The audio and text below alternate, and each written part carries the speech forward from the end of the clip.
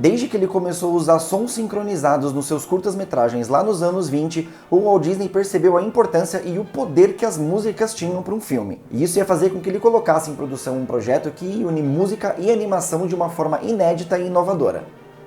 Este é o terceiro vídeo de uma série especial que vai cobrir todos os 58 filmes animados da Walt Disney Animation Studios. Nesses vídeos eu vou contar a história de suas produções, o impacto cultural que eles tiveram na época do seu lançamento e o que eu acho a respeito de cada um deles. E no vídeo de hoje eu vou falar sobre a produção do filme que talvez seja um dos projetos mais audaciosos e arriscados não só da Disney, mas da história do cinema.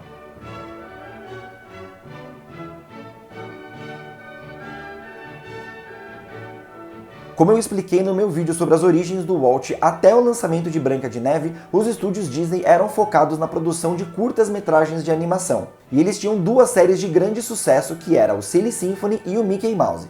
Por volta de 1936, durante a produção do filme da Branca de Neve, o Walt começou a perceber que a popularidade do personagem principal dele, o Mickey Mouse, estava começando a diminuir com o público, e que eles precisavam tomar uma medida emergencial lá dentro para reverter essa situação. O Walt decide fazer então um curta-metragem mais elaborado, de luxo para o Mickey Mouse, alguma coisa que fosse deslumbrante não só na sua animação, mas que também tivesse uma trilha sonora impactante que agregasse valor ao projeto e o diferenciasse dos outros curtas. Então ele decidiu usar uma peça de música clássica que já fosse famosa para elevar o status dessa produção, porque quem apreciava a música clássica eram as classes sociais mais altas, enquanto o cinema era considerado uma forma de arte mais popular. Ele decidiu então usar a música clássica O Aprendiz de Feiticeiro, do compositor francês Paul Dukas, que é um poema sinfônico. Mas Heitor, o que é um poema sinfônico? Eu vou explicar para vocês. É uma música que foi composta baseada em cima de um poema ou de uma história que já existisse. Então essa já era uma música que chegou para os animadores com uma história definida, com começo, meio e fim.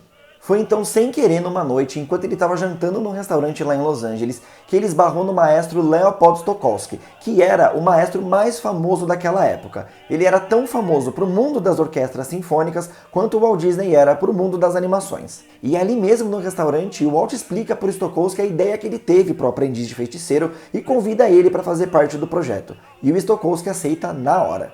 E até eles conseguirem os direitos de utilização da música e as gravações com a Orquestra Sinfônica finalmente começarem, já era dezembro de 1937, o mesmo mês de lançamento nos cinemas da Branca de Neve. E o Walt deu liberdade para o Stokowski montar a equipe dele do jeito que ele queria. Então ele juntou 85 músicos para a sessão de gravação da música. Isso foi uma coisa que não saiu barata.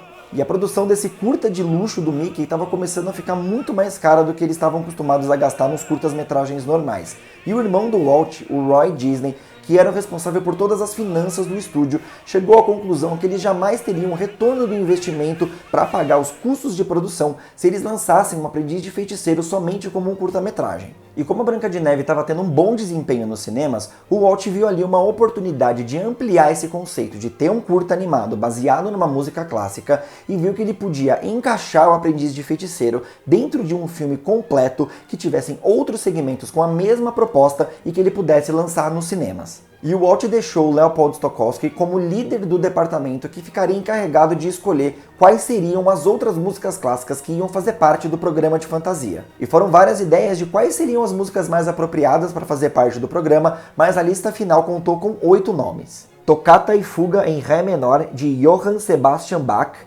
O Quebra-Nozes, de Piotr Ilyich Tchaikovsky, O Aprendiz de Feiticeiro, de Paul Dukas, A Sagração da Primavera, de Igor Stravinsky, Sinfonia Pastoral ou a Sexta Sinfonia de Ludwig van Beethoven, Dança das Horas, de Amilcar Ponchielli, Uma Noite no Monte Calvo, de Modest Mussorgsky e Ave Maria, de Franz Schubert. E quando chegou a hora da animação começar, o Walt, apesar dele ter algumas diretrizes bem específicas do que ele queria em cada segmento, ele deixou os animadores dele serem inspirados pelas músicas. Eles tinham que prestar muita atenção em como eles se sentiam quando eles ouviam essas peças sinfônicas, e esses sentimentos tinham que ser transportados para os desenhos.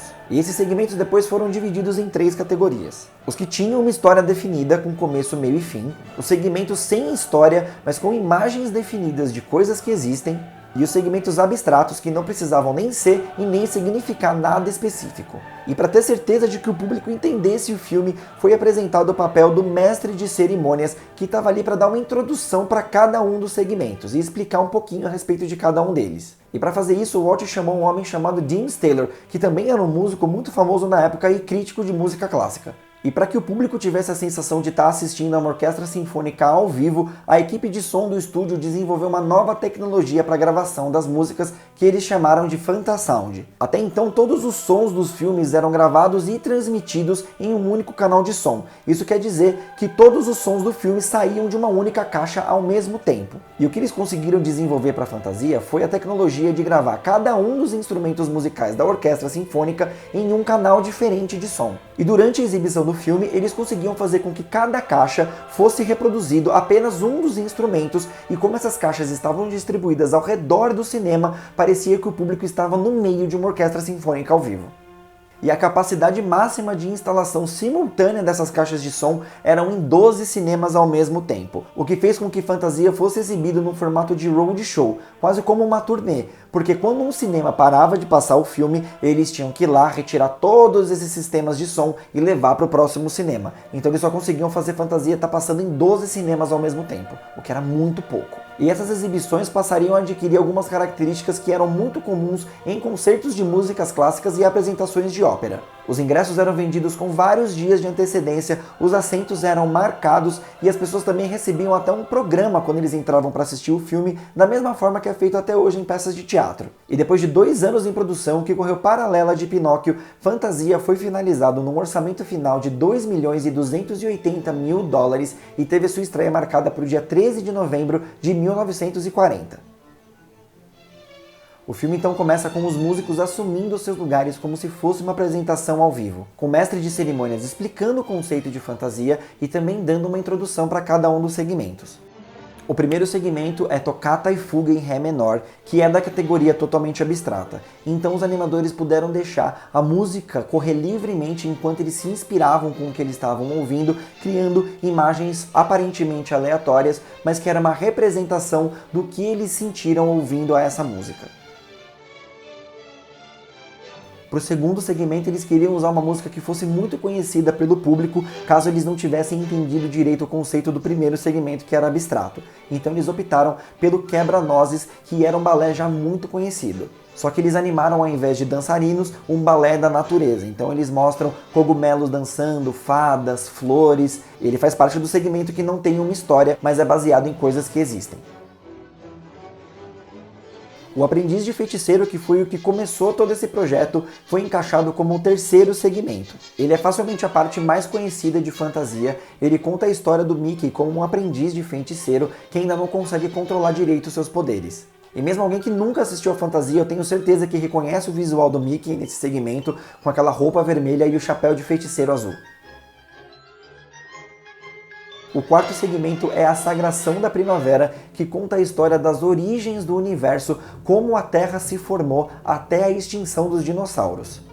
Esse segmento é o meu favorito, eu acho ele totalmente deslumbrante e ele tem ideias ali na sua animação que seriam utilizadas 60 anos depois pela própria Disney em outro filme. O Walt Disney instruiu os animadores dele que ele não queria que os dinossauros fossem de qualquer forma cartunescos ou engraçados. Ele queria que eles fossem animados como se eles fossem animais de verdade. E de fato ficou tão bonito que eu acho difícil acreditar que essa animação já tem 80 anos de idade. Tem um segmento extra bem pequenininho que chama Trilha Sonora, que também é da forma abstrata, que mostra como uma linha que representa o som se comporta visualmente ao som de cada um dos instrumentos da orquestra. O sexto segmento é a Sinfonia Pastoral e mostra um mundo baseado na mitologia grega. Então ali vai estar correndo pelo campo centauros, ninfos e também deuses como Baco, deus do vinho, e Zeus, o deus do trovão. Esse é o segmento que eu menos gosto de fantasia. Eu acho que a animação dele não é tão bem feita quanto a dos outros, eu acho ela até um pouco grosseira. E a Sinfonia Pastoral também teve partes censuradas em lançamentos futuros de fantasia pela forma preconceituosa e racista que eles representaram as centauras negras em posição de servidão às centauras brancas. Você ainda consegue achar essas cenas originais no YouTube, mas qualquer lançamento em DVD ou Blu-ray ou de streaming de fantasia vai ter essas partes cortadas. Mas essa não ia ser a última vez que a Disney ia entrar numa polêmica envolvendo a forma racista como eles representam outras culturas sem ser a caucasiana nos seus filmes. Mas eu vou falar mais sobre isso nos próximos vídeos. O sétimo segmento, que é a Dança das Horas, é uma paródia de um balé. E os animadores estudaram bastante a forma como dançarinos de verdade fazem as suas performances para que eles pudessem animar os animais de Dança das Horas de uma forma que fosse realista, mas também bastante cômica.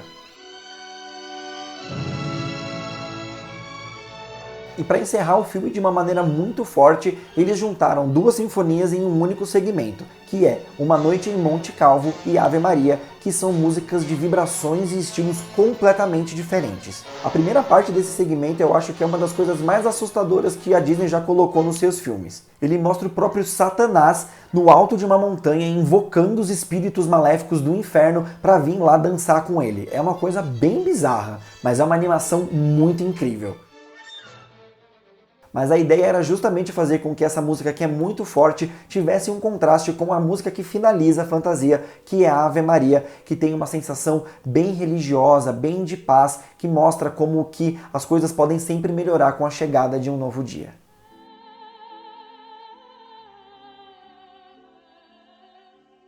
A ideia do Walt era que esse formato híbrido entre cinema e concerto fosse uma nova forma de arte. Ele não enxergava a fantasia como sendo um filme normal, mas sim como um evento especial. E que era para ser algo perpétuo. Todos os anos ele poderia editar a fantasia para colocar novos segmentos e tirar outros, sempre lançando fantasia ano após ano, e você nunca ia ter a mesma experiência duas vezes. Só que as poucas sessões que o filme tinha por dia, pelo fato desse sistema roadshow fazer com que só 12 cinemas conseguissem exibir o filme ao mesmo tempo, a Segunda Guerra Mundial, que já tinha atrapalhado a bilheteria de Pinóquio, porque eles não conseguiam lançar o filme nem na Ásia e nem na Europa, e a recepção indiferente que o público teve com esse novo conceito fez com que Fantasia fosse um sucesso entre os críticos, mas um fracasso de bilheteria. O segundo fracasso seguido da Disney em 1940. E isso fez com que a ideia original do Walt de ter outros segmentos incorporados no filme para lançamentos futuros de fantasia fosse cancelado imediatamente. Dizem que esse foi o único fracasso do qual o Walt Disney nunca se recuperou emocionalmente, porque ele realmente acreditava que ele estava revolucionando a forma com a qual as pessoas se relacionavam com música clássica. Eu acho muito triste que o Walt não tenha visto esse projeto dele se tornar aquilo que ele tinha imaginado, pelo menos no período de vida dele. Mas tenho certeza que ele ia ficar muito feliz se ele soubesse que mais de 60 anos depois, os herdeiros da empresa, os herdeiros dele, pessoas da sua própria família, iam fazer o seu sonho virar realidade, por mais que ele não estivesse lá para assistir. Muito obrigado pela sua visita. Se você gostou desse vídeo, não deixa de se inscrever no canal e de clicar no sininho para receber as notificações de quando eu colocar os próximos vídeos. Na semana que vem, eu vou estar de volta aqui para falar sobre a produção do filme de um certo elefante orelhudo que eu tenho certeza que você conhece. Um forte abraço e até a próxima!